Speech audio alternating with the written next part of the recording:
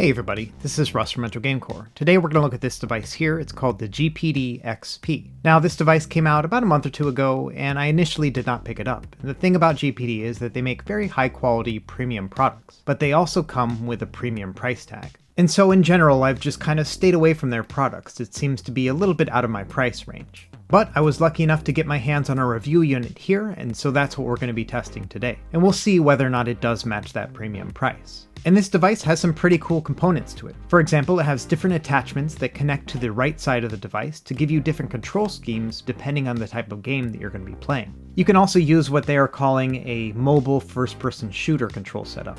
And this will give you various key mapping options for mobile-based games. And on top of that, they even have an attachment that doesn't do anything at all in case you want to use one hand for controls and the other exclusively for the touchscreen. And so yeah, that's an interesting concept, and I've gotten quite a few questions about it, so I thought it'd be worth doing a review. Now, full disclosure, this thing is legitimately expensive. Right now they're selling it for $342 on Banggood. That being said, there is a discount code in the video description to make that price a little bit more palatable. But even then, it's still going to cost around $300.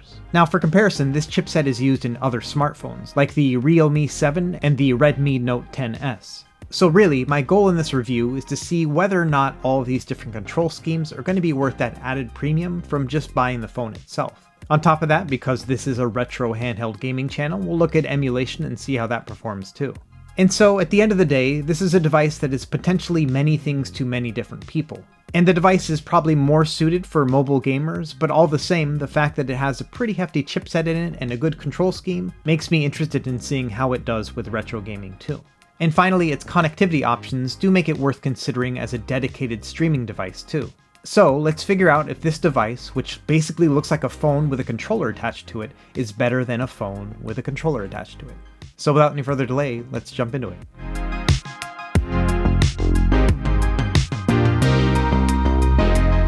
Okay, let's start with the specs of the device. It's running a MediaTek Helio G95 chipset, which comes with 6 A55 cores and 2 A76 cores, all of them clocked at 2 GHz. It comes with 6 GB of RAM and 128 gigs of internal storage, and it has a 6.81-inch display with a resolution of 1080 by 2400 and an aspect ratio of 20:9. As far as connectivity, this thing has almost everything. It has 5 GHz Wi-Fi, Bluetooth 4+, as well as connectivity on 3G and 4G LTE networks. It also has a 7,000 mAh battery, which gets an impressive 10 to 12 hours of battery life, and has a slot for microSD and SIM cards, plus an active cooling fan, and it runs Android 11.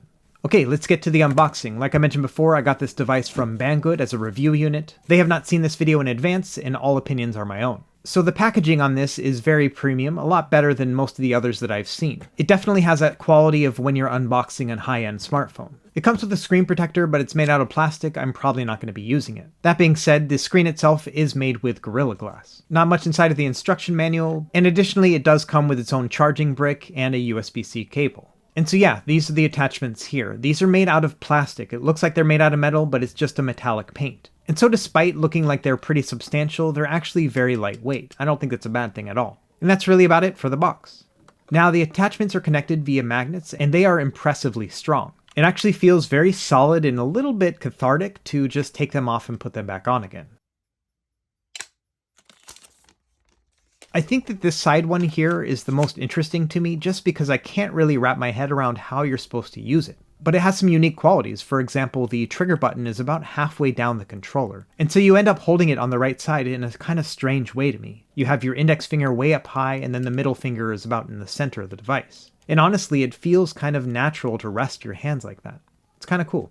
But of course, we're just going to spend most of our time using this regular controller attachment here. And honestly, once it's connected, it's very easy to forget that it's not built like that in the first place. And sure, there's a connection line between it, but overall, the grips and everything else just make it feel like a seamless experience. And the grips themselves are actually really chunky. It does feel quite natural to hold this in the hands. Despite being a very wide screen, these grips actually make that all kind of come together into one seamless piece. I definitely don't mind the wideness of the screen as much as I do on other devices. Okay, let's talk about buttons and stuff like that. Up top we have one microphone, then volume and power buttons, as well as the exhaust vent for the cooling fan. As far as triggers and shoulders, these triggers are digital inputs, so they do not have an analog input to them, but they feel nice and responsive and are very clicky. They also have quite a premium feel to them, but I do wish that the triggers had analog inputs because that would have given us more options. I'll show you more of that later in the video. Not a lot going on in the back, just some simple design branding. And on the bottom we have two stereo speakers which get nice and loud and are very crisp. And they're spaced enough apart to give you a little bit of stereo differentiation, which is really nice. You also have a SIM and microSD card slot, USB-C charging in port, and then a headphone jack with a microphone.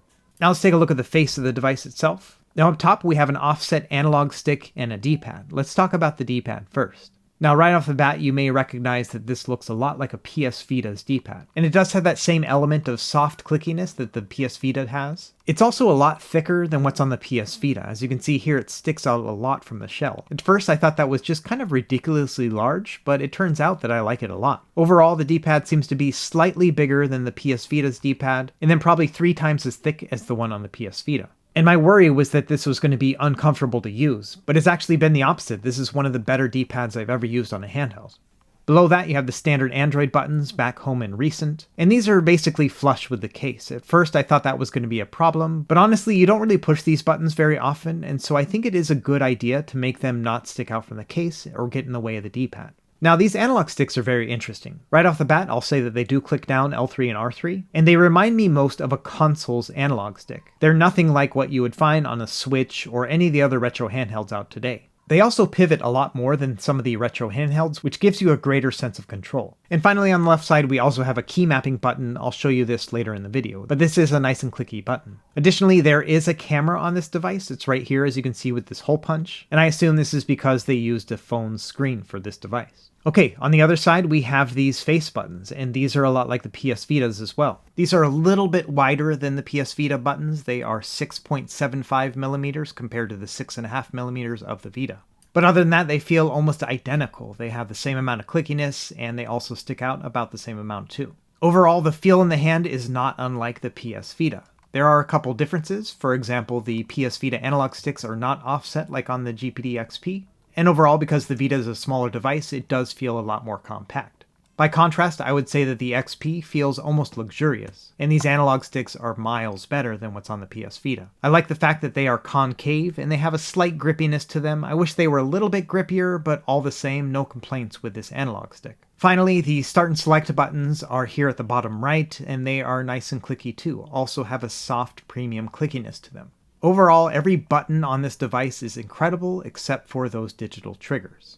Now, I don't have a lot of devices I can compare this to in terms of size, but here is the Anbernic RG552 as a size comparison, which is definitely less wide than the XP, but quite a bit taller as well. The Nintendo Switch Lite is very similar in size and shape as well. And really, the only comparison I have against this device is an actual smartphone connected to a telescopic controller. This is the LG V60 with a GameSir X2 controller. This is one of my favorite setups when it comes to mobile gaming. Now, a lot of people like the Razer Kishi. They prefer these buttons as well as the analog triggers, but to me, the Kishi is just way too wide. As you can see here, it's even wider than the XP. So when it comes to my baseline comparison, I'm going to use the LG V60 here, and I'm going to use the GameSir X2 controller. And so these are the two devices I'm kind of holding together in my head as I'm doing these comparisons. Okay, let's turn on the XP and see how long it takes to boot up. Now, as I mentioned before, this is using Android 11 operating system, and it has its own front end, and I'll show you a little bit of that as well. Overall, it takes about 15.5 seconds to boot up, not bad at all. And this is what that front end looks like. It looks pretty neat at first. You know, you have all these little tiles and a bunch of preloaded games here. And I think maybe for initial use, it does get the job done, but unfortunately, it's not very customizable. For example, you can't use the shoulder buttons to tab between the different categories, nor can you swipe across. You have to actually just click through each of the apps. And to me, that's just kind of a missed opportunity when it comes to navigation. Now, first thing I did is I went into the Google Play Store associated with my account and then downloaded a bunch of emulators and games. But the annoying thing here is that no matter what I downloaded, it would only show up in the app section. And there's no option within the front end to move these around. And so because of that, the navigation just doesn't make a lot of intuitive sense once you start installing apps. Now, there is another home screen available right out of the box, and that one's called Quick Step. And that's basically just a standard Android 11 menu. But you can also use your own launchers. So I'm going to use ATV Launcher here, just because I prefer to have this tile look, and this is way more customizable. So I spent a few minutes rearranging the icon and then kind of making them an appropriate size. And so now this is what my setup looks like after a few minutes of work. Now you could use other launchers, for example Dig and Pegasus and Reset Collection and Launchbox, but when I'm testing I prefer to use ATV Launcher just because I have everything right here readily available. And honestly I think it looks pretty neat, especially once you have everything in a kind of cohesive order. So next thing is we're going to add some games to it. Because it has 128 gigs of internal storage, I'm just going to use that. I'm not even going to bother with an SD card. So I'm going to plug this into my PC, go into the top menu here, then select the USB section, and then change it to File Transfer. And that allows the computer to connect to this like a hard drive. Now before we get started with game testing, someone wants to make an appearance. So this is Chicken My Cat here, we're going to take a cat break. So it's been raining hard here in Hawaii for the past 3 or 4 days, and the weather's been a little bit chilly too. We've gotten down to the high 60s, and so because of that, Chicken has just been wanting to cuddle with everyone. And so for almost the entirety of this video, she has been sitting on my lap. Okay, everyone said hi to Chicken, let's go ahead and move on, we'll do some game testing now. We'll start with RetroArch and do some classic games. Now because this device has such a wide screen, I'm going to start out with one of the wider of the retro systems, and that's going to be the Game Boy Advance.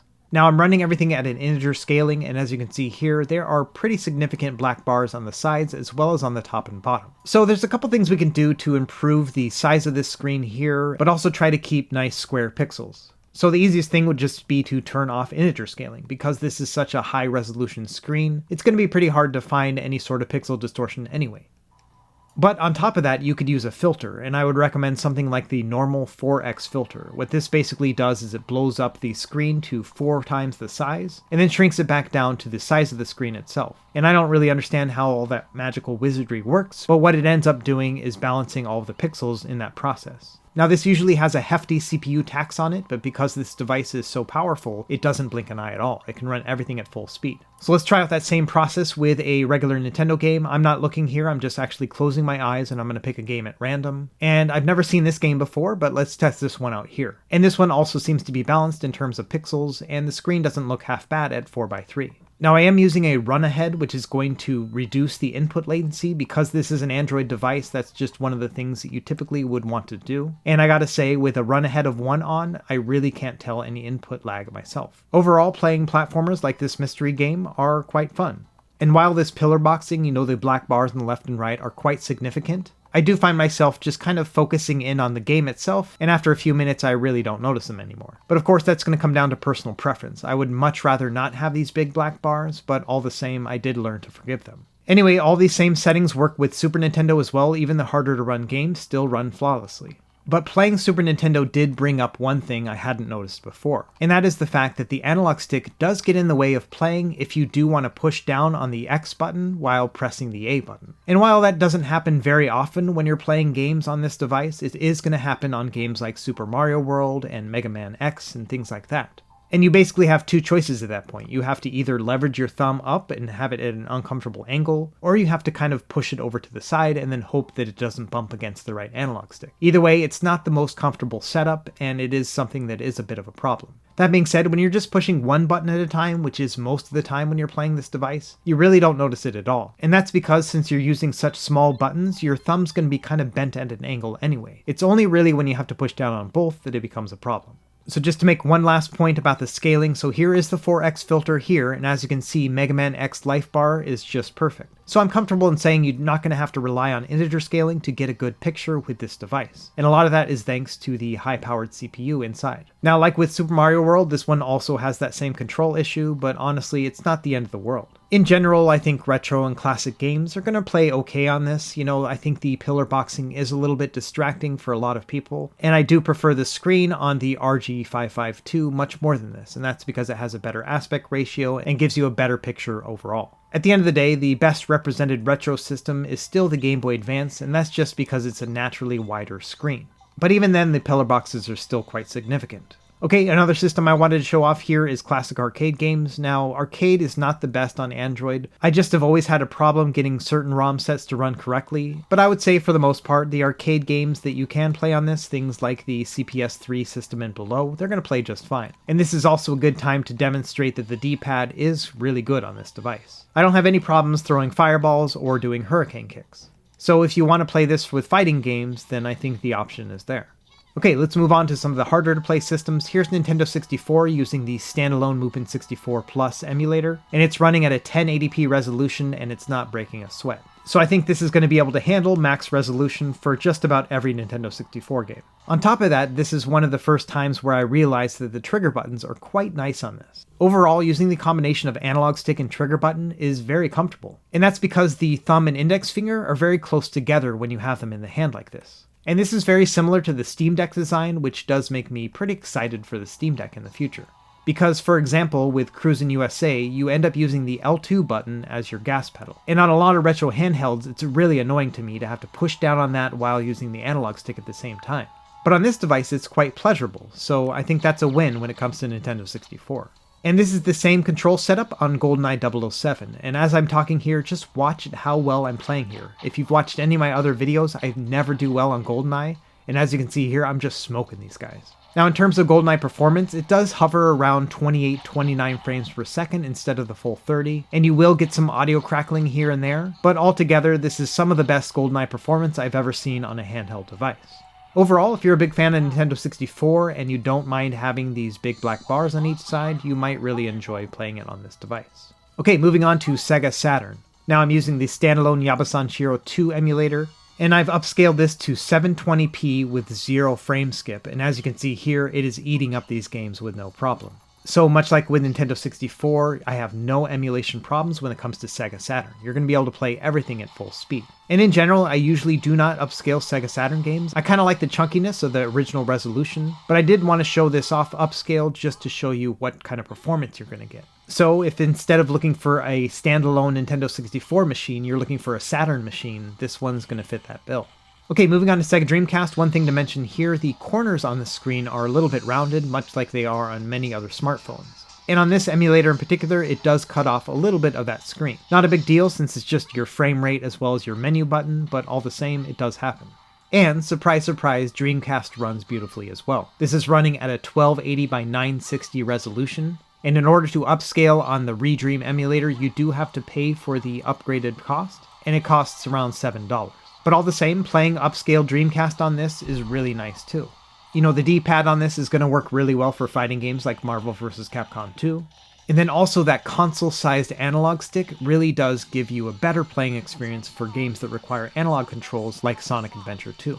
And for me, the hardest game to emulate is always NBA 2K2, and as you can see here, it's running no problems. That 60 frame per second is not even dipping a slight bit. This is the first time I've seen this happen on a dedicated handheld device. So let's pick it up another notch. Let's go over to Sony PSP. We're going to run this at a 4x resolution, so that is at a 1080p signal. And look at that, it's eating through Ridge Racer no problem. In fact, I actually had one of my best races ever on this game right here and now. Typically, it takes me all the way through the end of the third lap to get into first place, but as you can see here, at the end of the second lap, I'm already in first place. That has never happened to me before.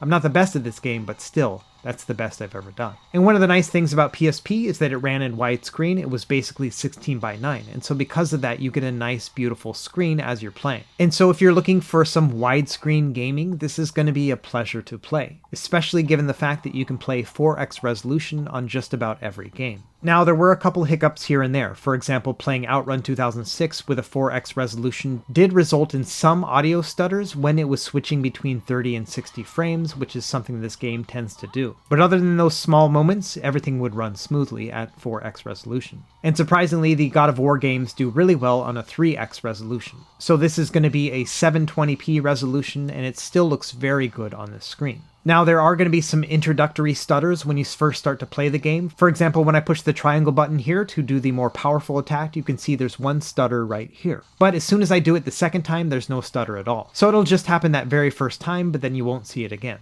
Now, I was really excited about trying to play Nintendo DS using the Drastic emulator because this one supports touchscreen functions. And on top of that, because this device is so wide, you can comfortably play both screens at the same time. And it does really well. I'm running a high resolution here and I'm having no frame dips. It's playing at full speed. And so I thought, let's do the whole Monty. Let's switch out the right adapter and then we'll boot up Metroid Prime Hunters and then I'll use this as kind of a combination analog stick and touchscreen game. And in terms of controls, it works really well. You use your thumb to move your camera around and then you use your left analog stick to move Samus around.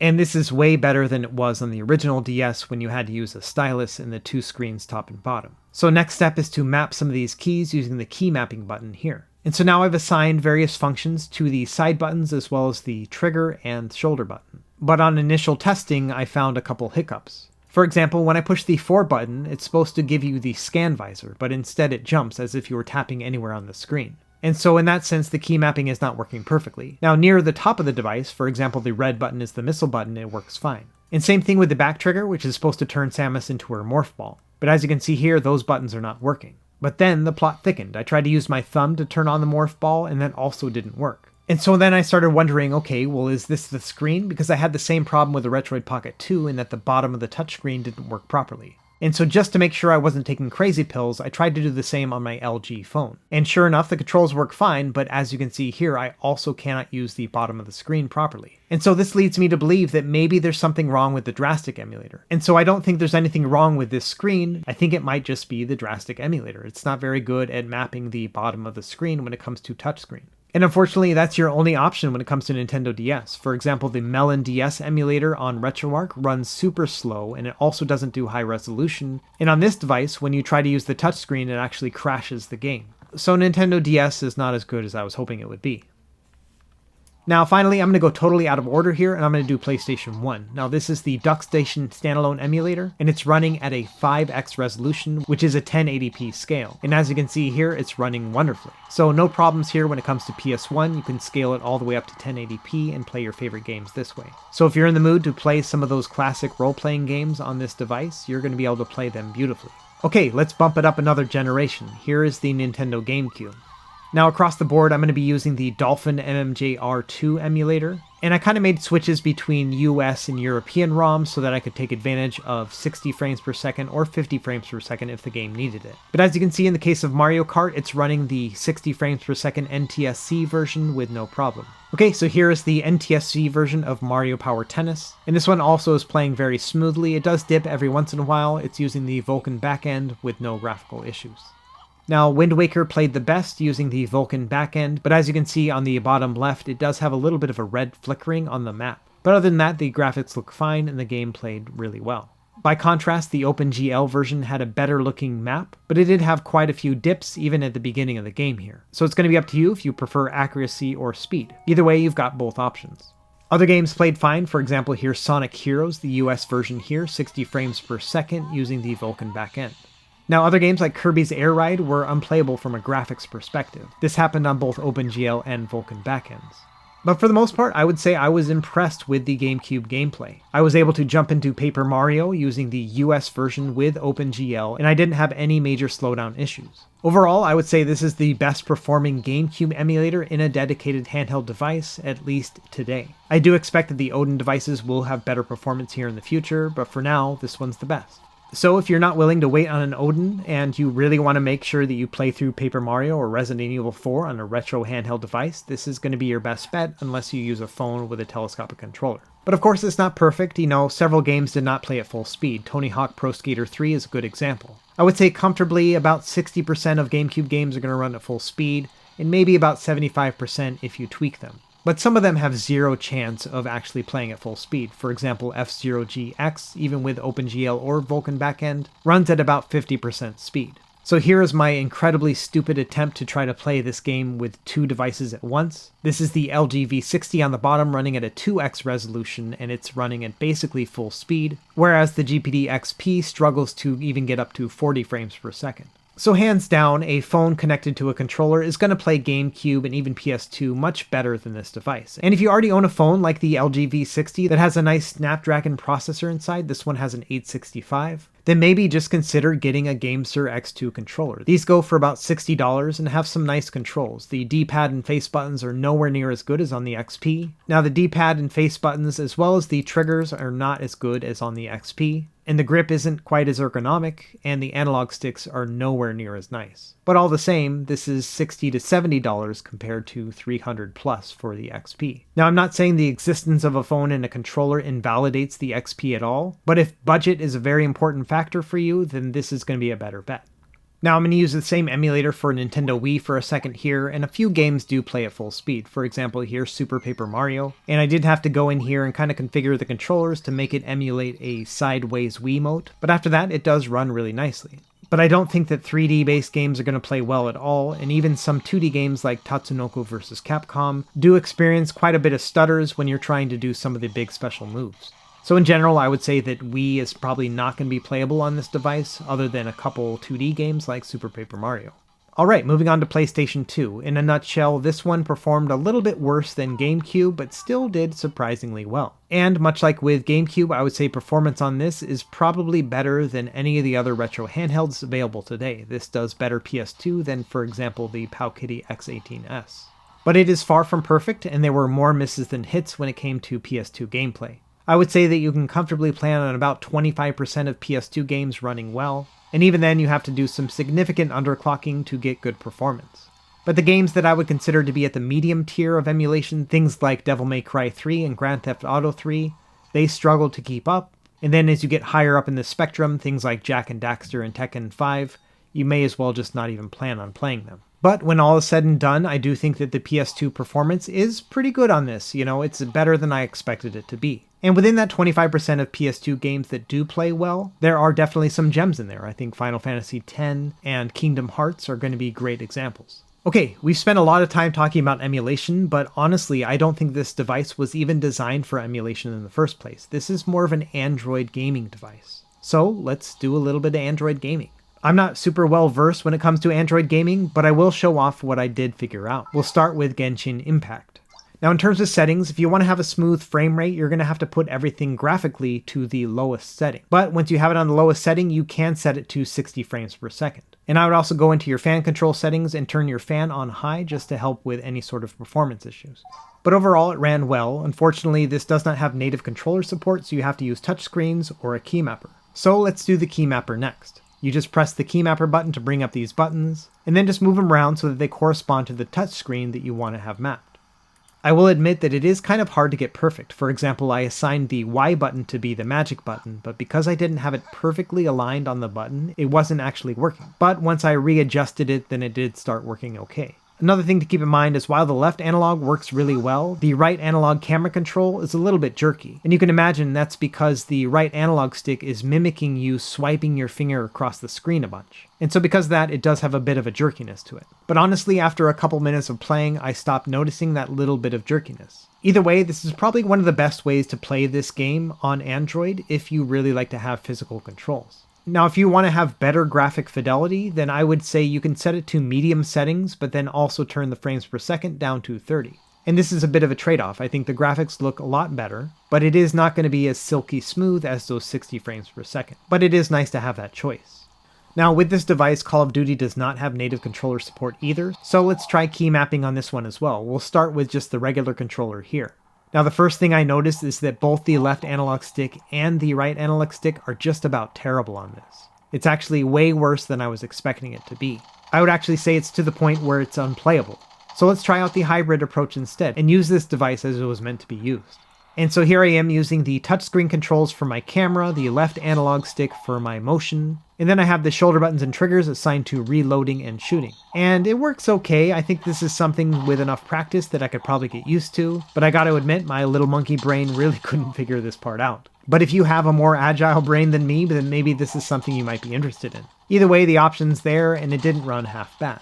Now, other Android games, those that have native controller support, they worked beautifully, no problems here, and I love the big wide screen with a lot of these games. One note to make here, my buddy Fox, who also reviewed this device, did find that Fortnite does not work with this device. It somehow crashes as soon as you load up the game. So something to bear in mind if you planned on playing Fortnite on this, is not going to be possible. But other than that one hiccup, I think all these other Android games are a lot of fun. So if this is kind of your bread and butter and you don't want to use your phone for Android gaming, this will be a good option too. But then again, I'm not really sure. If you already have a powerful phone, are you interested in having a dedicated handheld for the same type of games too? Or would you rather just use your phone? I'm not sure, but either way, you have that choice. Okay, so last feature here is game streaming, and it turns out that this is actually where I think this device shines the most. Because this device has great connectivity. It has 5G Wi-Fi, and because it uses Android 11, it's capable of all the current streaming services. So if you want to jump into an Xbox game using a local connection or even using cloud gaming, you can totally do that on this device. And because you have console-like controls, this is a really nice experience. In all honesty, this device has become my portable Halo Infinite machine. Now that being said, the cost of $300+ to play Halo on the go, that's probably ridiculous. Especially because most phones can do this already. And of course, the major drawback when it comes to driving games, things like Forza Horizon 5, is that it doesn't have those analog triggers. And so because of that, you have to basically alternate between full speed slamming on the gas and then letting off of the gas. There's no in between. And it does take a bit, but you can get used to kind of that feel of just kind of feeling out where you need to be in terms of pushing on the accelerator. But unfortunately, it's nowhere near as intuitive as using an analog trigger. In terms of input delay, when I was streaming on my home network connection, I had no problems whatsoever. And I'll leave a link to Fox's review where he actually went and measured the frames per second, but he also found that there was not a lot of input lag either. Either way, I would say the input delay is good enough that I don't mind playing platforming games streaming.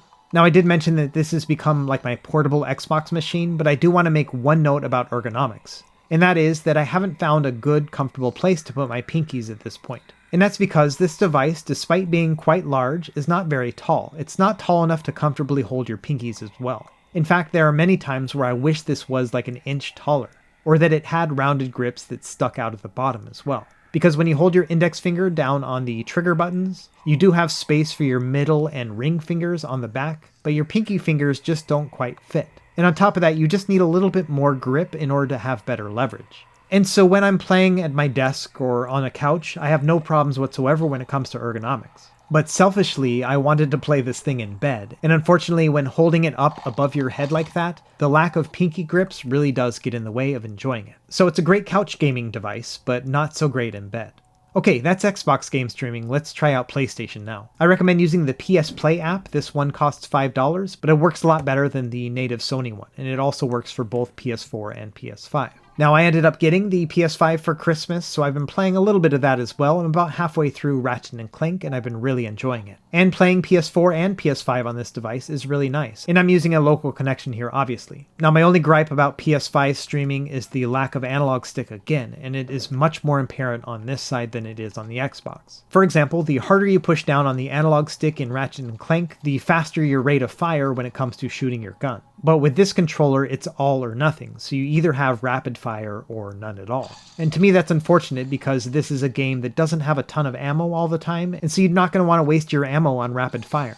And so for that reason, I would prefer to play my PS5 games on my actual PS5. But when it comes to actual streaming performance, much like with the Xbox, the gameplay is smooth and the input latency is very low. Okay, let's try Google Stadia now. Now this one's a little bit different since this is a cloud gaming platform. I'm streaming this from the internet right now. Now Stadia is not officially supported in Hawaii, so it's a marvel that I can even get this fast of speeds at all. And so if you live somewhere near a Google server, you're probably going to get better performance than me. All the same, this is the only time that I felt any sort of significant input delay. And it doesn't exactly stop me from enjoying Stadia, but it is a little bit worse than the others. And finally, I used the Moonlight app to do a little bit of local PC streaming as well. And this one worked wonderfully too. Again, no input delays, everything was super smooth, and the image was crystal clear. So altogether, when it comes to streaming, this is a really great device, especially if you don't live in Hawaii and want to play Stadia. So overall, I think the ergonomics when it comes to game streaming are a net positive. There's just a few moments when they weren't perfect, and ideally I would have loved to have been able to play this in bed, but that's just one thing that didn't work out for me. Okay, we've been at this for quite some time now, let's go ahead and sum things up. We'll go over my likes and dislikes and start with what I like best. Number one, this device has some premium quality to it. When you pick it up, it does feel like it's a quality and expensive product. The controls are excellent. I love the D-pad and the face buttons, and I think the analog sticks are some of the best I've ever felt in a retro handheld. This device also has the best battery life I've seen on a handheld device. And the emulation, like I showed in this video, is pretty decent. The fact that you can play over half of the GameCube catalog without tweaking the settings is a really big win. And the screen itself is nice and vibrant, and it does get very bright. I don't think this is a device I would play outdoors, but all the same, this is something you could do. And finally, the connectivity checks just about every box I would have for a handheld device. It has 5 GHz Wi-Fi with a very smooth connection, and it does have the option to use a SIM card if you'd like. Heck, you can even text or do Skyping with this if you wanted.